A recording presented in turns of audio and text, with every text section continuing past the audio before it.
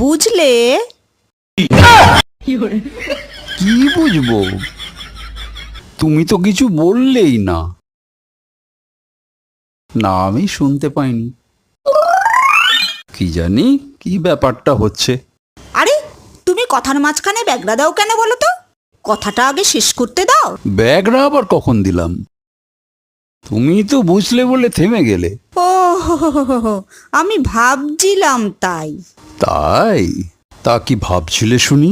আমি ভাবছিলাম গত জন্মে মনে হয় আমি কোনো ভালো কাজ করেছি, তাই আমি এ জন্মে তোমার মতো স্বামী পেয়েছি। তা তো ঠিকই, কিন্তু আমি গত জন্মে কি পাপ করেছিলাম কে জানে। Oh, no, no, no, no.